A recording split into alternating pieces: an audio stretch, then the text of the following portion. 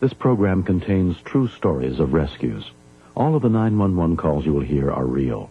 Whenever possible, the actual people involved have helped us reconstruct the events as they happened.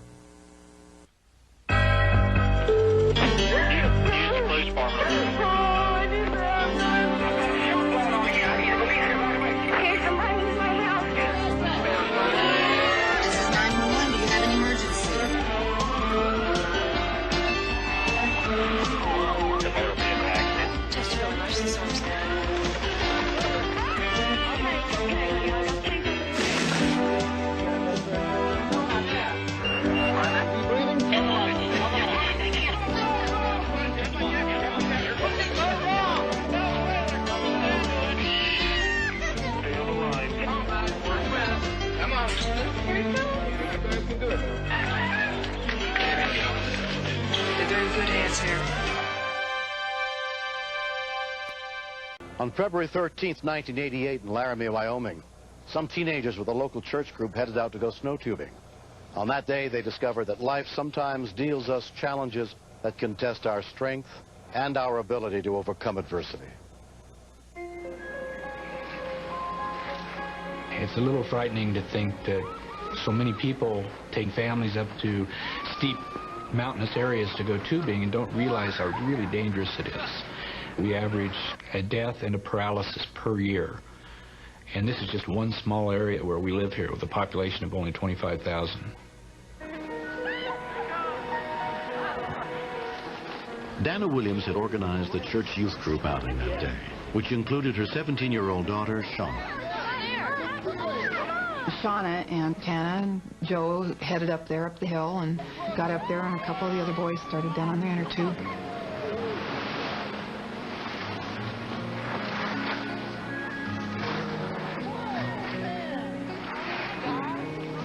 And Shauna and Tana and Joe decided they'd move their inner tube over a little ways, so it looked like a more direct path down the hill.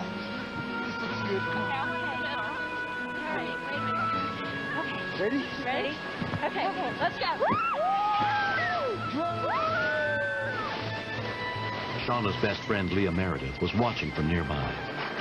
There was no stopping that inner tube at all because it was going so fast. Oh my God, we're going so fast! Tana hit a tree with her face, so everyone ran down to see if she was all right, and there was just blood everywhere. She had some cuts on her face, but she wasn't hurt all that bad.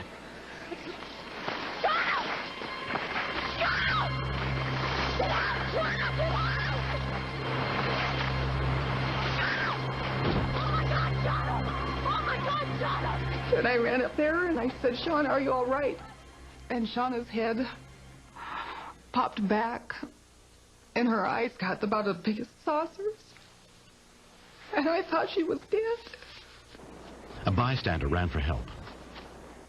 EMT Jim Choate happened to be cross-country skiing in the area. Need some help. There's been a girl hurt up on the hill. Have you ever heard of her? Where's she at?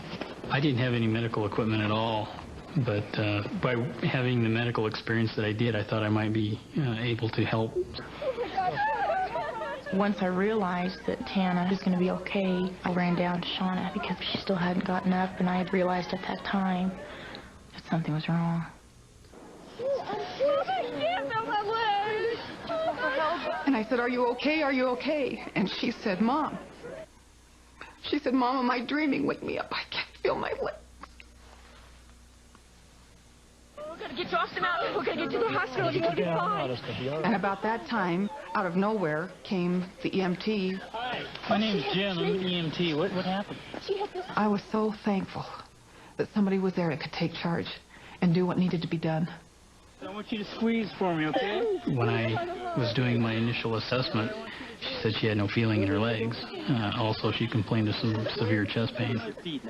Push on my hand. It appeared that her level of consciousness was going down and we needed to get her off the mountain.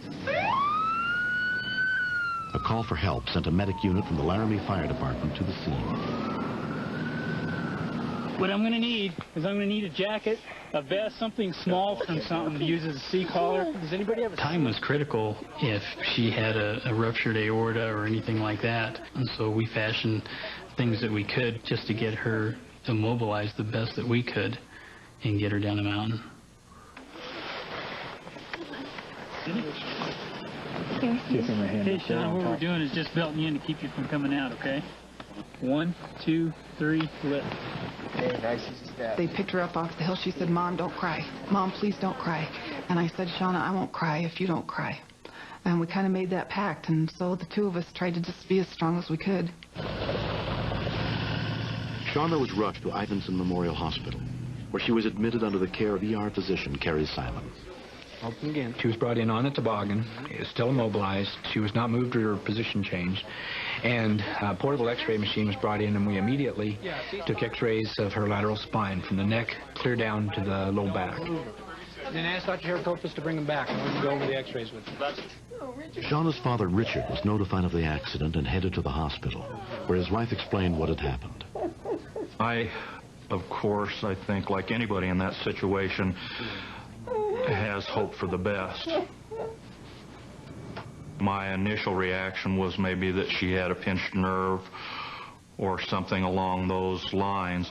Feel sharp to you at all? Okay, how about here? No? Does it start feeling up in here? Yeah. Right about here. Okay. From an examination of Shauna and her x-rays, orthopedic surgeon Dr. David Kiefer determined that her spinal cord had been severed. She was paralyzed from the chest down.